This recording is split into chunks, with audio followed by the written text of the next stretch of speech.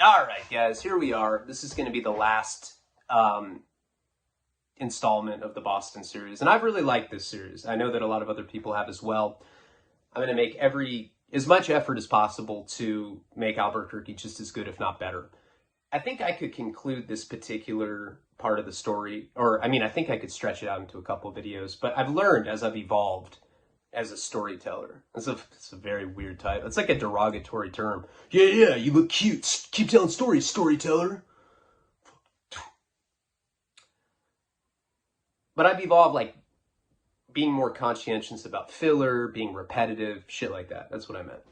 And so I'm trying just to, like, cut the fat out and go right into the story. Please like, comment, subscribe. Check out patreon.com/Ryan Leone. It'll be in the pinned comments. Look at that. Introduction under a minute. That's what I like to see. So this is where we were. By that point in my life, things had completely fallen apart. Blew through like over $80,000 in savings bonds. Bought a kilo of cocaine. Blew that. I mean, literally. It was like boofing it with a turkey baster. I don't know if I ever did that with coke. I don't think so. With meth, though.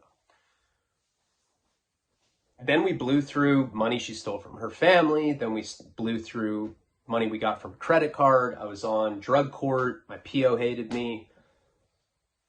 I was court ordered to go to the sober living. She started living at a sober living. I got kicked out of that.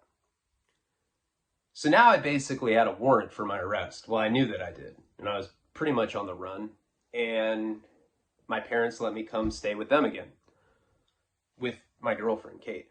Hey, poo-poo daddy, I'm going to miss that. We really got into crystal meth around that time. And that was like a bad combination. I mean, I was already paranoid from her dad, like sending private investigators out, that he showed up at like this weirdo's house that we were living at. The police were looking for me. And we would just stay up for like several days. Sometimes 5, 6. Twacked out on meth. I'm like smelling her like toothbrush. I'm like, oh no. Teeth are getting kind of yellow. What are you doing with this toothbrush? She's like, what do you mean, poo-poo daddy, sticking in my ass? What are you trying to say? And we get in these like vicious fights about like completely silly nonsense like that. And then her dad comes and takes her away from me. I got to break the back window of his car, at least. But I remember that moment, you know. We'd done like ecstasy a couple nights before. I think the night before that.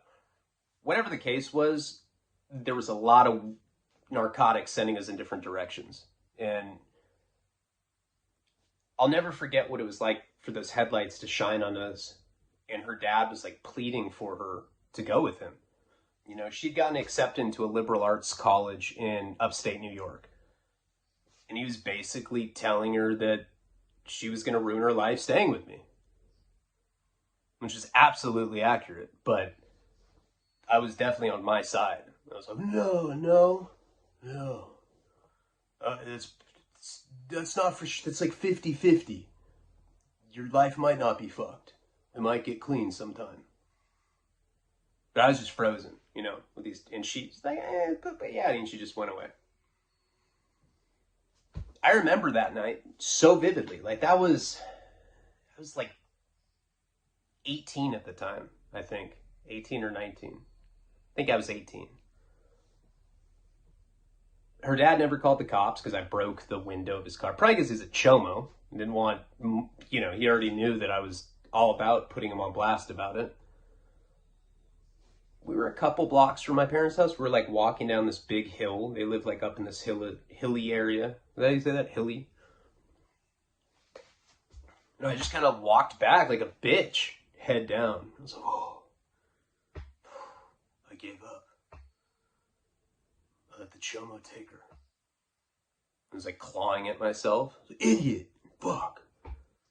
And I remember going back to my parents' house, and my parents like knew that I was fragile, you know.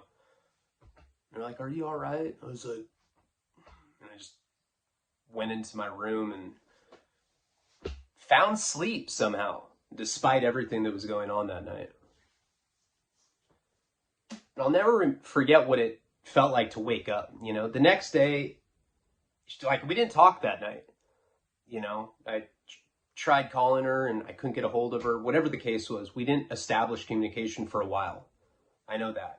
I don't remember exactly what it was, if she had her phone or I don't know what the deal was. But I do know that I got the first night's sleep that I'd had in a long time.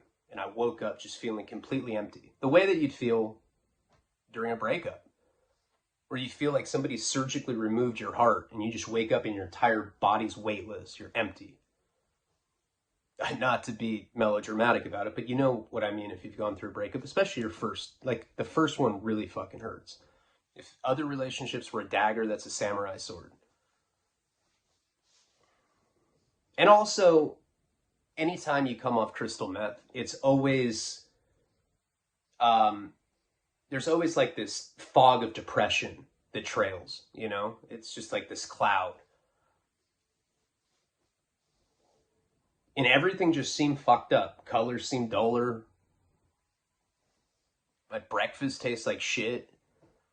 I was like farting while I ate, all like depressed farts. They sounded like they were underwater. My parents knew that I was going through it, and they also knew that I was in trouble with the law. Like, that didn't just go away. Oh, well, all right, she's gone. Well, maybe the courts have forgotten, you know, that I've been fucking up as much as I have been. So, I remember around that time, I was hanging out with, like, some really bad scumbag people. I don't even know where I met them. I think that I'd been court ordered to go to anger management, if I remember correctly. But I just had, like, the most sketchy people coming over to my parents' house. You know? They'd be like asking my mom, they're like, do you have a plastic tub? I gotta fill it with Epsom salt. I think I'm having bacterial infections on my toes. And my mom's like, okay. As long as you call my mom Mrs. Leone, she was like, she just loved that shit. Like, okay, this is for your Epsom salt in your feet. And our house just always smelled like a homeless shelter because I'd have these like really grimy street people that would show up at like all hours.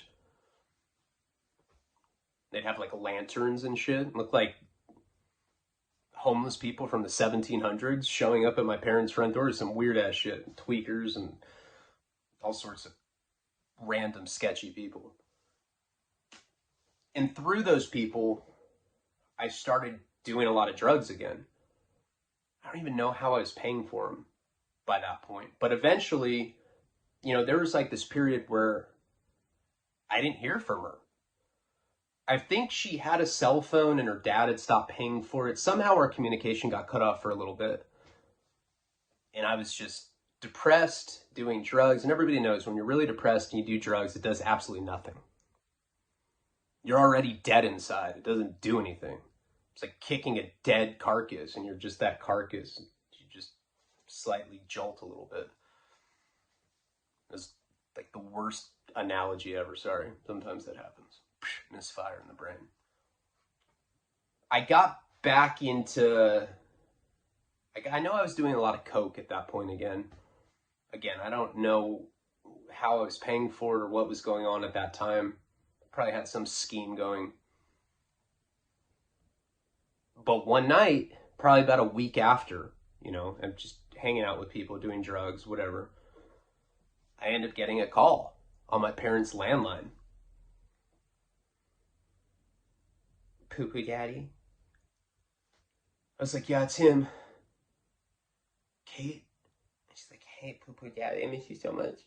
And she just starts crying. Same shit that happened when I made that hole in my parents' ceiling and like done the Mission Impossible thing to get the savings bond. Same exact type of situation.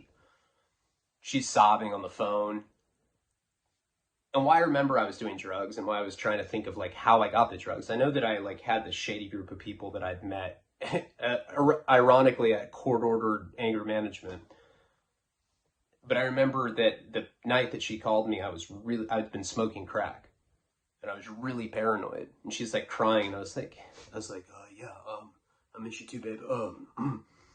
Hey, hold on, there's somebody calling on the other line. And I put it on mute, and I'd listen to the breathing patterns. And if I thought she was masturbating, I'd click back over. I'd be like, I can fucking hear you masturbating. Phone's trembling in my hand. And at this point, she's so desensitized to my craziness, she's just like, I'm not masturbating, poo-poo daddy. That was like it. Like a normal person would be like, all right, dude, I gotta go. I'm getting a restraining order. I mean, we had a restraining order at that point that the courts had imposed after so much stuff had gone down again. And so she told me that she was going to this liberal arts college in upstate New York. You know, it was in a town called Geneva, which is right by Syracuse. So it's up in like very rural upstate New York. I don't know. It's fucking bunch of trees. It's the best way I can describe it. Well, I mean, you know, it's not like desert scape. It's not mountainy. It's just upstate fucking New York. If you know what it is, you know what it is. I think she was going in like a week or so. And this long distance relationship started. Now, of course, her parents were very vigilant and they didn't want her talking to me. So we would it would just be very secretive. In one way that, like, we did all sorts of weird stuff. Like, she'd call 800 numbers and then I'd call so that, like, it wouldn't show up on the phone bill because somehow if it was on call waiting, we figured out that if she clicked over, then it wouldn't show up on their side on the phone bill. Shit like that. I mean, we were, like, really going hard trying to keep our relationship secret. She was basically telling me that her parents were threatening that they were going to press charges about the check fraud unless she attended college. And she's like, so they said that they'll pay for my college. You know, I'll have my own dorm room. They'll give me an allowance. And they also won't press charges and I won't go to jail for check fraud. She's like, I love you, poo-poo daddy, but I thought about it and this is a better option for me, poo-poo daddy. So my whole plan was, I don't know what it was, but it was something irrational. I was like, okay, you know, of course, a lot of cracks involved at this point. And I'm doing like, in my mind, it's like mental Tetris, trying to figure out like what moves I have to make to get her back in my life. Long distance relationships are hard on you when you're sober and healthy. I mean, they suck. You know, you want to be with the person that you care about. When you're smoking crack, when you're doing meth, when you're on a bunch of different drugs, I believe I was on heroin then as well. I know I was at a certain point very soon, probably by this point. You get very irrational. I mean, I was already a jealous person, you know? I'd like make her shit with the door open so that I knew that she wasn't talking to anybody, like on the landline or something. Crazy delusional stuff. So I go through these paranoia fits with her on the phone. So most of our phone conversations were like her having to like pass these like military intensive interrogations. I'm like, all right, so what time did you get up this morning? I don't think so. Timing doesn't make sense. You said that you got up at 10:04. Is that correct? She's like, well, it could have been 10:06, poo-poo daddy. No. We're going back to the original thing you said. You said 10:04. I didn't hear from you until 10:20. Okay? There's 16 minutes that aren't accounted for. You know, breakfast only takes you 7 minutes. We've been through this. You're lying. And I'd like yell at her. And she'd be like, okay, I'll call you tomorrow at the same time. Good night, poo-poo daddy. And it was like this ongoing, super toxic, unhealthy thing. Now I'm sitting at my parents' house.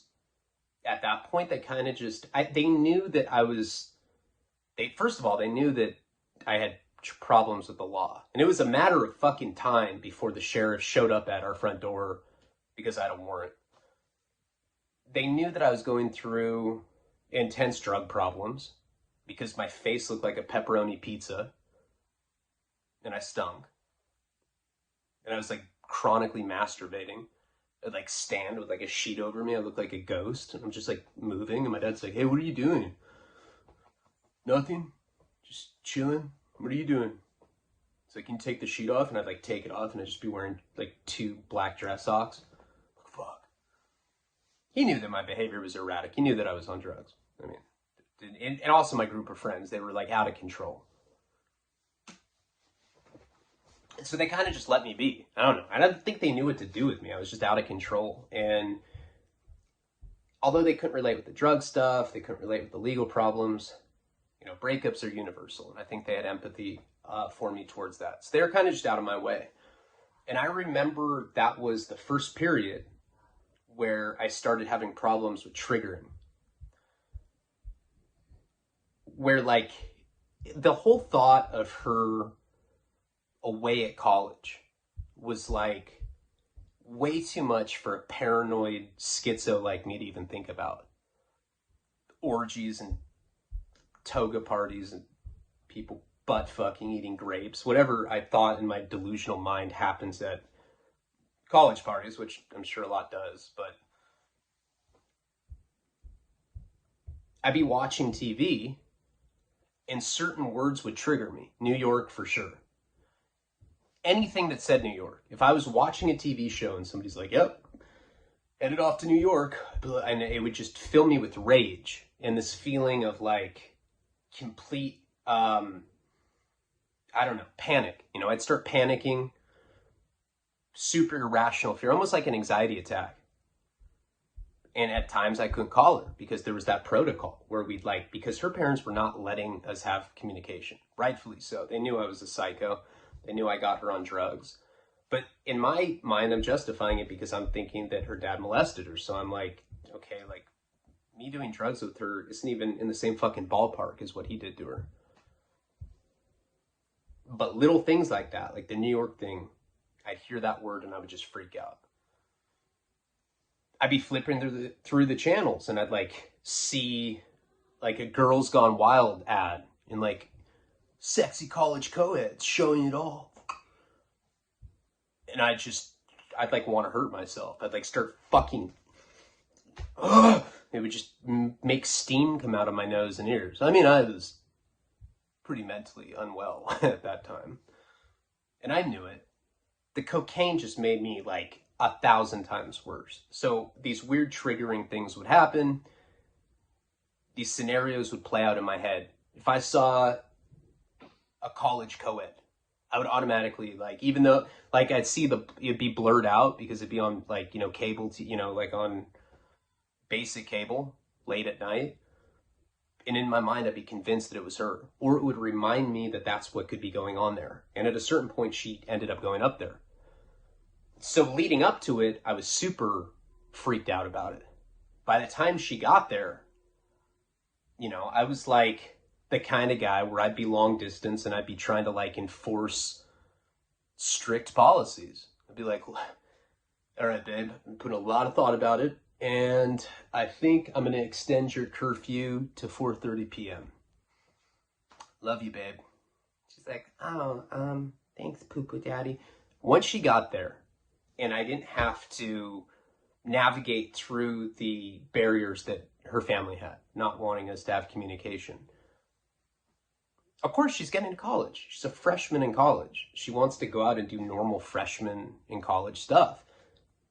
But I just expected her. I'm like, well, we're in love. You know, you're my fiance. I expect you to go to class, come home, study. You'll thank me in the future once you have a degree. You don't need to go out and party, have fun. That shit's whack. I'm not doing that. I'm at home. Oh, you think because I'm smoking crack, I'm having some good time? So I'd like police her. And it just became this really like, I think back to that kind of shit. I'm just like, what a psychopath. Now, what that all comes down to, we've talked about it a million times, insecurity. It took me years to realize that was my own inner insecurities just spewing out of me. Like, to this day, I'm not like that. Like, I'm not paranoid. I don't have the trigger stuff. Of course, the girl I'm with now kind of knows, like, how to be diplomatic with me. You know, like, we've worked pretty hard on making sure that I'm stable and I'm not like a lunatic anymore. It took a long time though, and a lot of self-awareness to get that way. But back then, I was just completely out of my mind. And her being at college drove me nuts. I know that I got strung out on heroin right around the time that she had actually gone to college. It's right around the time that I was like, I became like a cop. You know, I looked at the clock. I was like, oh, 4:25. She doesn't call by 4:30. She's in a lot of trouble. And, you know, she started slowly slipping away from me. And another thing is she had roommates. That's the thing, you know? Being in a toxic relationship, as I talked about, it's like you don't want your partner to have friends because then their friends tell them what a piece of shit you are. And if they know that you're a piece of shit, then they don't want to be with you anymore. They're like, wait, that's not, what do you mean you can't go out? You're on house arrest. Well, Poo-Poo Daddy says that I should get my degree. Who the fuck is Poo-Poo Daddy? Poo-Poo Daddy told you can't go out? Fuck that. Fuck Poo-Poo Daddy. Tell Poo-Poo Daddy to go get fucked. I could never tell Poo-Poo Daddy that. Poo-Poo Daddy sounds like a piece of shit. So slowly but surely, she starts falling away from me. She's not calling me back. You know, nights that she's like supposed to, like, it's like a Friday night. Okay, it's, of course there's going to be like raging parties on a Friday night at a liberal arts college when you're a freshman. There's a couple times in the beginning there where I'd be like smoking crack in my parents' house, like in their garage. And I'd try to call her. And the phone would just be, you know, it'd be the busy signal. I was calling her at a landline at the college that they like had in the dorm room or something. The whole night it's going to the busy signal. And I'm losing my mind. I'm like, I'm gonna fucking paint my dad's car red. And start like doing weird tweaker shit. And then the next day she contacted, oh my God, Poo-Poo Daddy. A news van crashed into the telecommunication pole and that's why it's busy, Poo-Poo Daddy. I'm sorry I didn't go out and party. I'm hungover. I don't know why though. I think it took too much Robitussin. I'm like, you know, and she's lying to me. Of course, who wouldn't? And of course, as I've gotten older, I've realized that women do this because when you are tripping on someone all the time, when girls do that to me, I've dated some psychos in my time, just as psychos me. When they're like, I bet you're doing this and this with this bitch. Yeah. Well, if you're constantly being berated and accused of something, eventually you're like, all right, well, I'm just going to start doing that. I'm already getting yelled at for it. Why not? You get it pushes people away. I didn't realize that. She was 18. You know, at 18, one day they love you, one day they're a lesbian for a week, and the next day they're back to loving someone besides you, because that's just how it is at 18 for the most part. So these things start building up, and my drug habit gets worse and worse because of this. Every time this kind of stuff would happen, like a night would go where I wouldn't hear from her for the whole night, go to, you know, the busy signal, I'm going insane in my mind, thinking the worst, you know, villainous shit, you know, like epic Disney villain scenarios. Her getting like, you know, fucking spit roast in a fiery pit somewhere, or like on an Aladdin rug or something.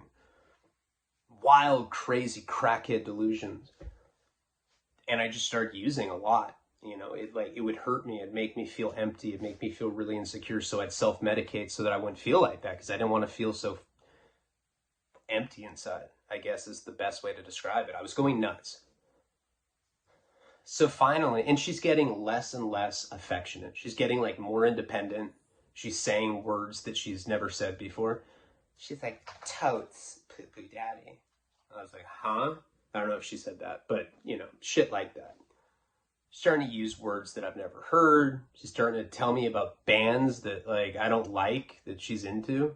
Weird, like, obscure metal bands. She's like, yeah, my female roommate showed me Poo-Poo Daddy. It's like, And I started getting suspicious, and she started getting less and less warm. So finally, one time I was like, I just miss you, you know, because I'd be like a real simp. I'd be like crying, and I'd be like, check out this rhyming poem I made about you. Oh my God. It's made with tears. And it'd be something super corny, you know, or it'd be like, I don't know, just weird stuff like that. And one night she's like, yeah, I just miss you so much. That's why I'm going out and partying, poo-poo daddy. It's making me feel better because then I don't miss you. I was like, you miss me? She's like, of course I miss you.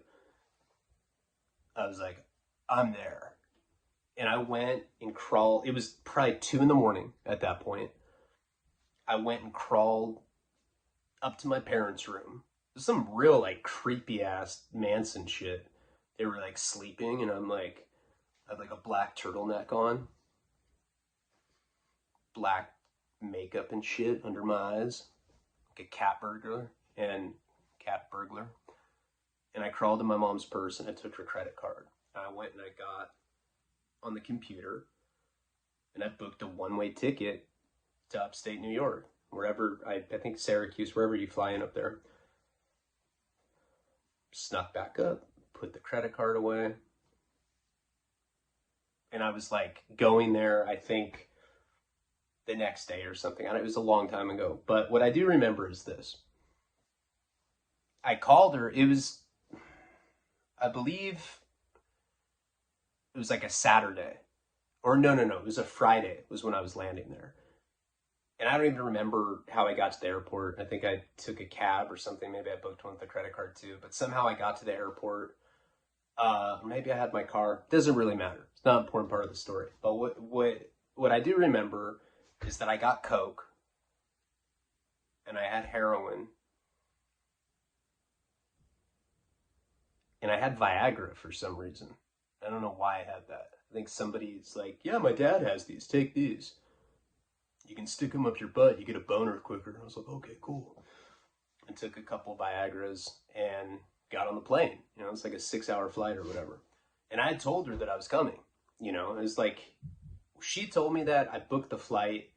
I let her know like first thing in the morning. I was like, babe, I'm coming. She's like, what do you mean you're coming, poo-poo daddy? I was like, I'm going to be there in like 7 hours. Isn't that great? It's like instant panic. Oh God, the psycho's coming. You know, she has this whole life over there. Now the East Coast is different than the West Coast. And we've talked about that for sure. You know, when we were at that internship program, you know, what I realized is that people are a lot preppier over there. You know, a lot more people were wearing like Abercrombie and Fitch, shit like that at that point.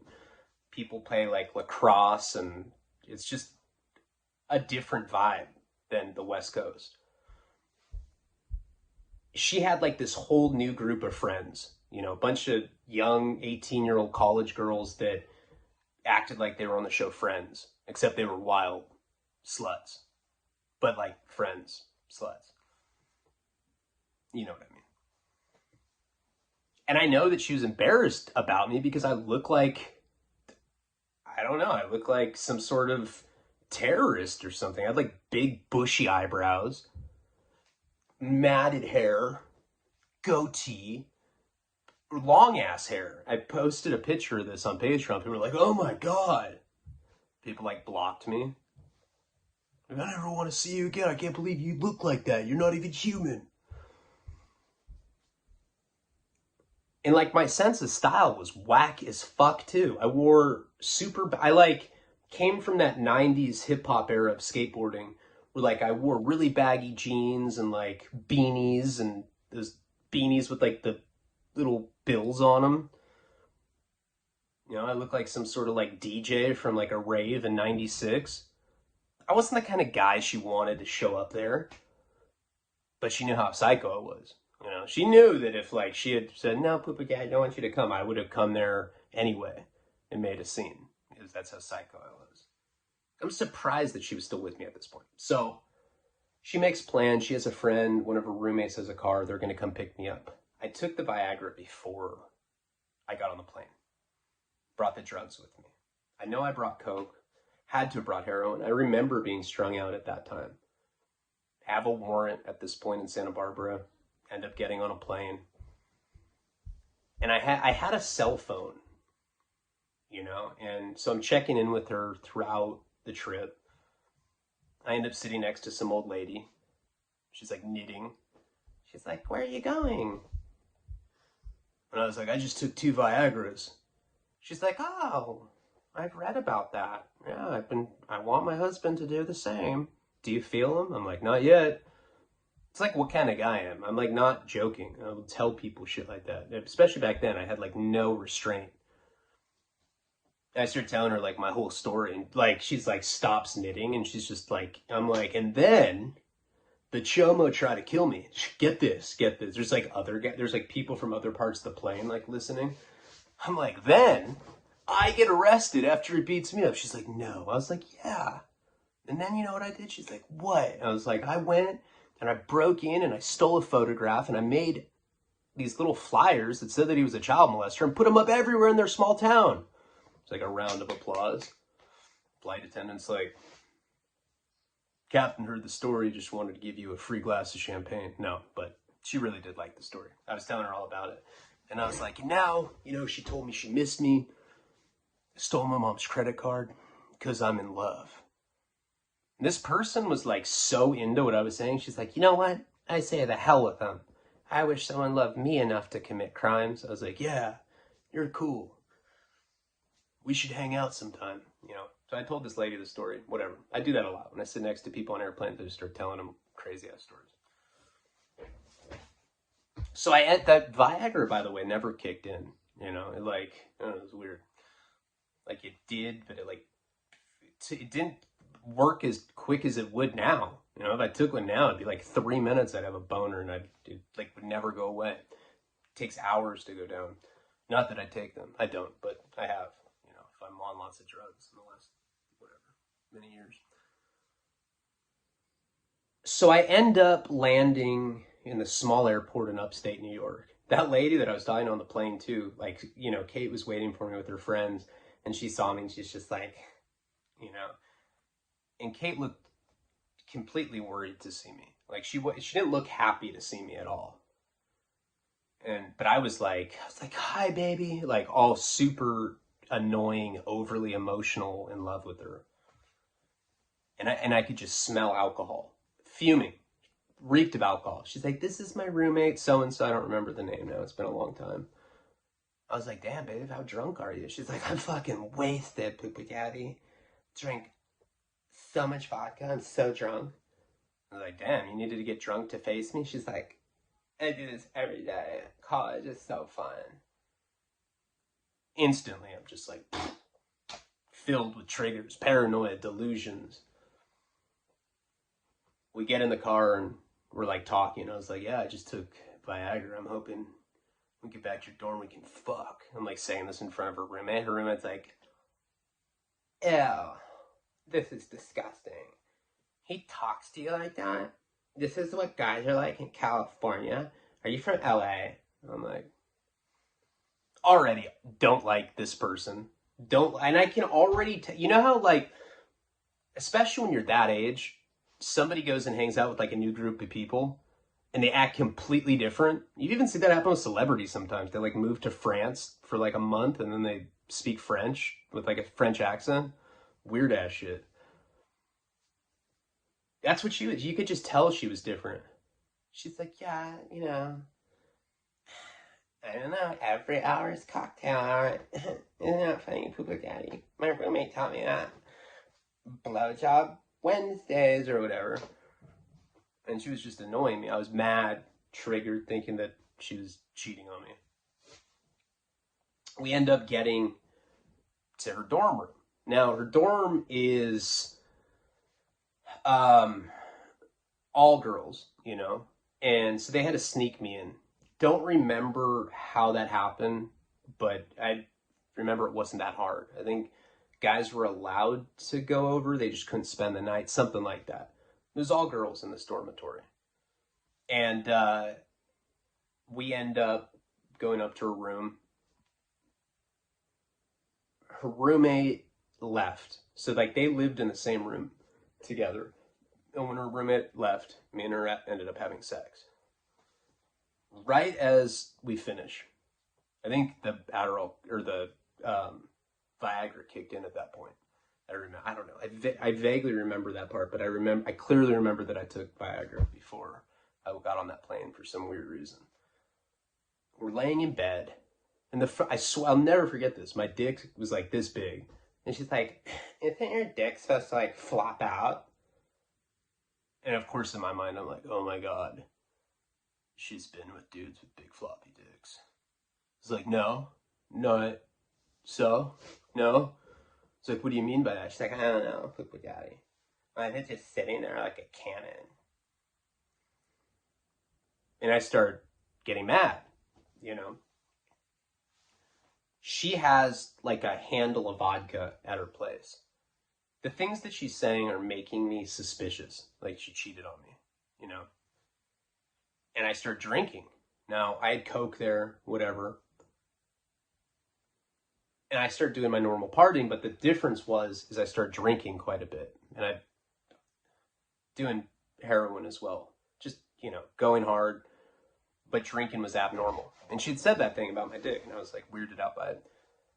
At that time, I didn't take well to alcohol. So I was already drunk at this point.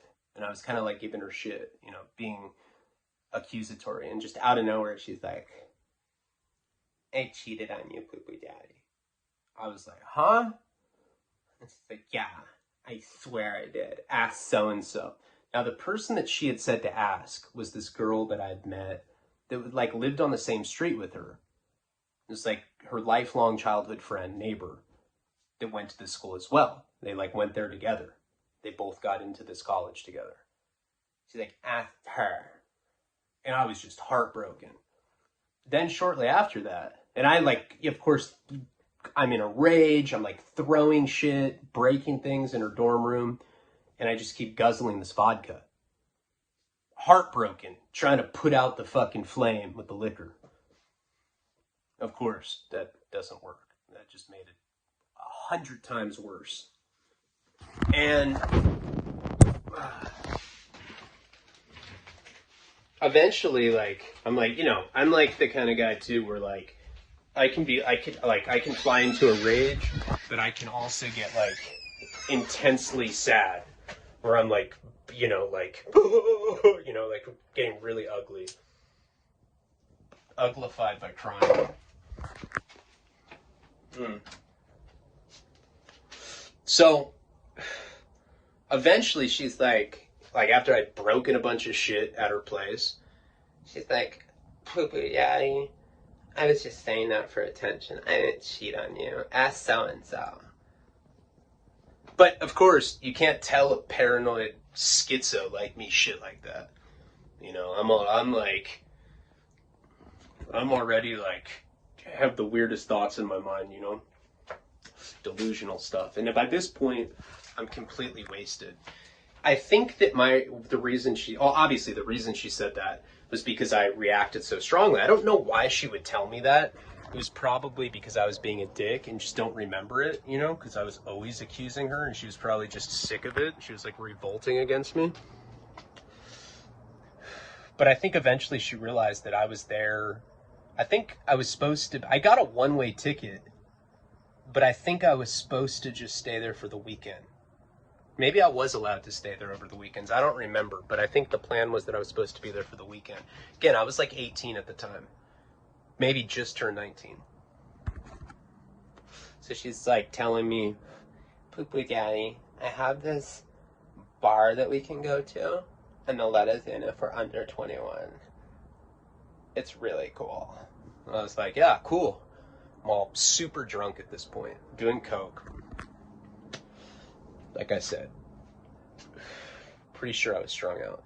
So I remember doing a shot the next day. But anyway, so that's the plan, to go to this bar that everybody goes to, all the freshmen, all the sophomores. Like I said, this is like a really classic East Coast small liberal arts college. Kind of like in the movie Rules of Attraction. Reminded me a lot of that. So I continue to get drunk, guzzling vodka. And I don't drink like that, or I didn't then. Nowadays, I haven't had a drink for a long time, but, you know, I turned into the kind of guy that could drink a couple fifths in a day. And I did, you know, right before Karina got pregnant. And when I was married to, you are such a drug addict. But back then, I didn't take well to it. So the night, it's nighttime. It's time to go out. Time to go to the bar. And by this point, I'm belligerently fucking drunk. Just completely shit-faced. Hammered. Stumbling. take my shirt off. My ribs are like, it's like you can see my rib cages. I'm that sucked up from how drugged out I was. I have my little fear and loathing tattoo. I'm stumbling through the campus and we're like going into the small town and I'm like, fuck you, to like every guy I see. I fuck you, fuck your sweater's stupid. Skateboarding. Like saying stupid shit like that. Embarrassing her. She's like, poo-poo daddy, you're fucking embarrassing me. We end up getting to the bar with that incident. Nobody tried to fight me. I think people just thought, they're like, oh God, some homeless guy got on campus again. You know, something like that. She was like trying not to be seen walking with me. So we end up getting to this little bar. Sure enough, they let us right in. You know, it was just a shady little bar that let people in that were under 21 let you drink. So I get in there and some of her friends are there. The one that she was telling me about, ask so-and-so, that person. And I was like, hey, did Kate cheat on me? She's like, oh my God, no. She like puts her hand, she loves you. Do you have any Coke? And I was like, yeah, I do. You want to go in the bathroom? So we end up going in the bathroom and we're doing lines. We're at this place, like, you know, it's real like jock atmosphere. People are wearing like Letterman jackets. People are like holding 4-star binders like surfboards. I was like, what the fuck? I feel like I'm on Happy Days right now. Except I was snorting Coke in the bathroom. I'm doing lines with her friend, and she didn't want any, which was really weird. You know, she was already drunk. Kate was already drunk when she picked me up. And when I finished doing Coke, I come out of the bathroom, and I see this jock sitting on her lap. She's sitting at a table, and he's sitting, or like in a booth or something. No, it's like a table, just like in the middle of this bar. And there's a jock sitting on her lap with like his arm around her. And I just fly into a rage. Like everything that had happened just kind of built up and exploded. And I just run up and sucker punch him. I'm just like, bam! I was like, what's up? Now, my punches absolutely packed no power back then. It was probably just more of an irritant than anything. And, you know, but this made a big scene, and all of a sudden a bouncer grabs me. And I was like, I was all drunk, coked out, and I see a beer bottle under the table. I say, hey, I gotta get my wallet, man. My wallet's under the table. I'm looking right at the beer bottle. He's like, you're not going to do anything if I let you go. I was like, nah, man, come on, let me get my wallet. He lets me go, and I grab the bottle and throw it at him. I hit the guy right, and it didn't break. It just hit the guy right square in the nose. I broke his nose. Chaos erupts. And I'm just thrown out in the street. And she's like, oh my God, Poopa Daddy, I'm so embarrassed. Oh my God. Huge scene. I got kicked out, broke this guy's nose. I didn't know that then. So we're like leaving, we're like going back to the door. She's like, I'm so embarrassed. She's so mad. She's like, I'm so done with you. You're such an embarrassment. Oh my God, Poopa Daddy. He's like the most popular sophomore. Fuck. I'm trying, I'll fight anybody. Santa Barbara. You know, I'm just saying crazy shit. Again, we get back without insight. I think a couple guys were like, what the fuck? And she's like, no, he's not mentally stable, you know, leave him alone. He's not on his meds, you know, whatever it was. But I didn't end up getting in a fight. So we go back to her dorm room, and she's like, you need to take a Valium. You're fucking out of your mind. She gives me a Valium, and I'm like just chilling out, laying on the bed. All of a sudden, there's a knock on the door. Da, da, da. And I'm like, oh no, cops. You know, of course that's what I think. And she's like, I'll get it. I was like, no. You know, my paranoia suddenly like trumps my fear of police. And I spring up and I run to the door, and it's this like little wiry guy in glasses. He's like, hey man, is Kate here? And I just grab him by the shirt. I was like, who the fuck are you? He's like, she owes me money for blow, man. And I just crack his ass in the face too. Ah! What about all that talk of you being nonviolent? I'm really not. This was just one bad night of me being, I mean, you know, a little violent tendencies, but not as violent as some people. So I hit him and he falls, like, tumbles, like, into the middle of this hallway in this dormitory. And I just start beating the brakes off this guy. Fuck you, giving my girlfriend cocaine. You're killing her with your drugs, or whatever I'm saying. And all of a sudden, like, I feel an arm come to grab me, and I kind of, like, elbow back. And I don't know who it is, but it's like some, like, it's like some chick that lives there. And, like, so I, like, put my elbow back, and it, like, pushes her. And she, like, you know, falls against this wall. Now, like, all these chicks come running out of their rooms. They, like, see this going on. I get dogpiled by, like, all these, like, East Coast overweight freshmen. I'm like, oh, I, like, couldn't breathe. I was like, oh, you guys are killing me. And then all of a sudden, you know, a security guard grabs me, cuffs me, takes me out of there. Everybody's like, yeah, get him out of here. He's out of his mind. This girl's like, he hit me. He elbowed me. I was like, huh? And I, like, looked back, and it was like, you know, some chick that looked like Rosie O'Donnell. I was like, Rosie? And they end up taking me down the hallway, go down some stairs. They're, like, asking me questions, and I'm, like, still thrashing, angry, upset. And, you know, the real police come, and the security guards tell them what I was doing, you know. They're like, yeah, he elbowed a girl, beat some guy to a bloody pulp, he's trespassing, he's not allowed to be here, blah, you know. They're, like, stacking these charges up on me. These cops are like, is what he's saying true? I was like, nah, man, they got the wrong guy. I didn't do anything. My hands were, like, just completely busted open. I end up they start reading me my rights. I'm like, fuck, not this again. And they end up putting me in the back of the squad car. So now we're in the back of the car. They're asking me where I'm from. I'm like, yeah, I'm from California, blah, blah, blah. You know, I'm all drunk. Like, well, wait a second. California, huh? Santa Barbara, California? I was like, yeah. They're like, oh, no way. Were you at this fucking bar tonight? I was like, no. They're like, oh, you bet your fucking ass you were. And so they end up taking me back to this bar.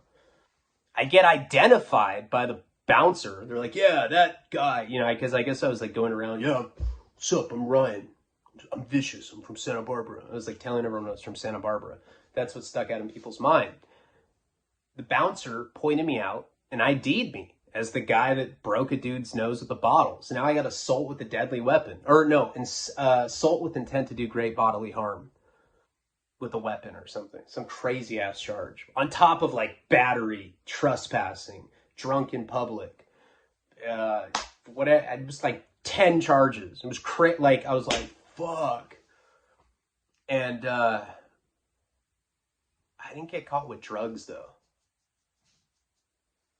No drug possession, I don't think. Maybe I got caught. I don't even remember. That's how many fucking charges. I don't remember. Maybe drug possession, too. Maybe a syringe, or I don't remember. But I knew I was screwed, you know. So I end up going back to detention, like some sort of holding station again. Someone had commented, they're like, I'm from the East Coast, and they take me to jail. I don't know. Like, a lot of these times that I got arrested were in, like, really desolate places. This happened to be a very rural, like, out in the middle of fucking nowhere, small town. So they take me to this place, and they let me make a phone call. And, you know, I call my dad. I'm like, Dad. He's like, are you in jail? I was like, yeah. He's like, thank God. We know you're safe in there. I was like, well, Dad. He's like, huh? I was like, I'm in New York right now. He's like, what? I was like, yeah. How'd you get to New York? I was like, I took Mom's credit card. What? I was like, yeah, Dad, they're charging with, like, 10 charges. Will you please bail me out? And he did, you know. He didn't even want to talk about it. He's just like, God, such a pain in the ass. I mean, at this point, I'm getting in so much trouble all the time. This particular night, definitely not saying any of that behavior is excusable. It's not, you know, and I don't act like that these days. But that was a particularly bad night. So don't really remember that much about being detained there, but I know I wasn't there that long. I got bailed out pretty quickly. I had a warrant out in California, But sometimes, like, remember when I had the dine and dashing, the warrant came up? I guess sometimes you slip through the cracks. This particular warrant slipped through the cracks other times that I got arrested as well. So I still had an open warrant for the probation violation out in Santa Barbara. But for some reason, they let me out. Now, what I do remember is they told me specifically, you cannot go back to that campus or we will arrest you on the spot, revoke your bail. You know, you're looking at 10 years in prison right now. I was like, oh, yeah. And this is why I remember being on heroin, because I remember being dope sick when I finally got released, like the next day. It was freezing cold. It's like in the morning. And of course, the first thing I did was go back to that campus, you know, and I knocked on the door. I was like, Kate. And like I hear her, she's like, tell him I'm not here. And like her roommate's like, she's not here. I was like, I hear her. And then I see the security guard. I was like, fuck, and I just take off. My dad had got me a hotel. That's what happened. He got me a hotel and he was going to get me, I had to get on a plane the next day. So I end up leaving there, going back to this hotel. And I end up calling her. You know, I was like, baby, I'm sorry, I was wasted. I'm stupid. I'm sick right now. Just come over to this hotel. And she's like, okay, poo-poo daddy. So she comes over, she spends the night at this hotel with me, and I was not feeling well that night. I remember being sick. That's why I'm pretty sure I was strung out at that point. Maybe not, but maybe I was just really hungover, but I remember being sick. And we didn't really have, I mean, I'd put her through so much the night before. We didn't really have a night of fighting. It was more just of healing. Like we ordered a pizza, hung out, did whatever. There was something final about that night. You know, like I think she kind of just knew that it was at the end. I mean, I really embarrassed her, and I'm sure the entire school was in her ear. Like, dude, that guy's a lunatic. You got to get away from her.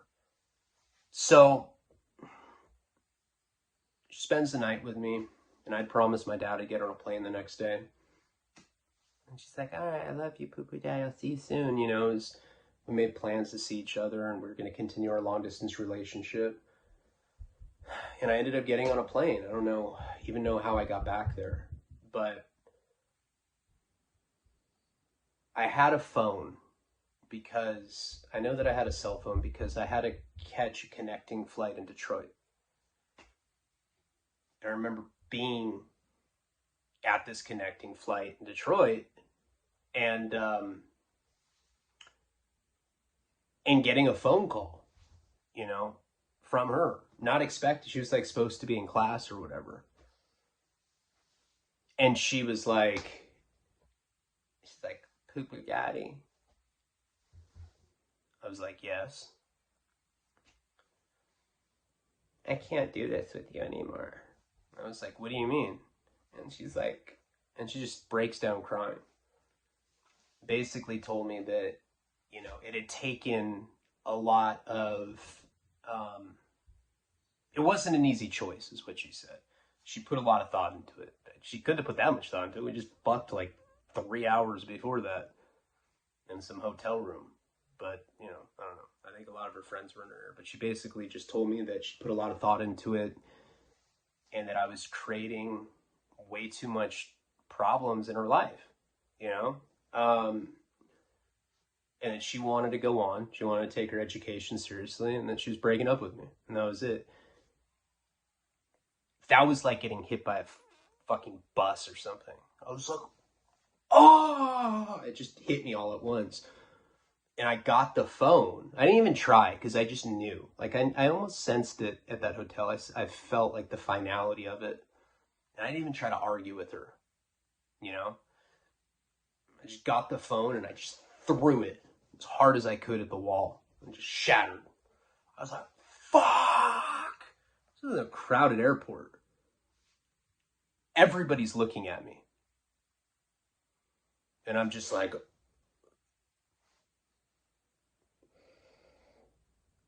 and I just started crying, like holding my face and crying, and I was shaking, and I just thrown a phone against a wall. Airport security comes up to me. They're like, sir? I was like, yeah. Did you throw that phone against the wall? No. Come with us, sir. And they take me through the airport. Now I'm getting arrested by airport security for like creating chaos at this airport. This story has an epilogue. Wouldn't say there's another whole video left in this series, but I'm definitely going to do an epilogue video, probably about 30 minutes long. Not as long as like a full video. But I'll tell you about the last time. I talked to her 2 times after that again. And I'll tell you how this whole thing kind of got wrapped up with airport security. You know, I was like keeping my eye on the clock for this story, and I was like, all right, I'm gonna like go to about an hour, maybe a little bit over it, but there's definitely some stuff I want to cover, you know, and we'll just call it the Boston epilogue, and I'll bring you up to date on what happened with her, what happened shortly after that. Like I said, I don't think it's a whole video, but just an epilogue. But she broke up with me, and I don't think I'd ever been, and I got arrested by airport security. I got arrested with like 10 charges in New York. Then I got arrested and don't forget that I had charges in Massachusetts as well. For some reason, I didn't, like, all of that stuff slipped through the cracks for this particular time. Again, you're dealing with like a small little like holding facility in upstate New York. I don't know why all that happened, but eventually all this stuff caught up to me, let's just say. And I think I can sum it all up in an epilogue. But that's what happened with the Boston story, you know, up to that point. That's how, when she left me in this airport in Detroit. And I didn't take it well. And my life just completely like fell apart. I mean, it was already bad, but like I reached my lowest lows in the aftermath of that. Like the Mike Virgin thing happened just like 6-7 months after that. A lot of shit went down. But we'll do one epilogue video for the Boston series. I'll put it on Patreon, and I'll also put it on YouTube. Like, comment, subscribe. Check out patreon.com/Ryan Leone. It's in the link comments. Appreciate all of you. Palabra.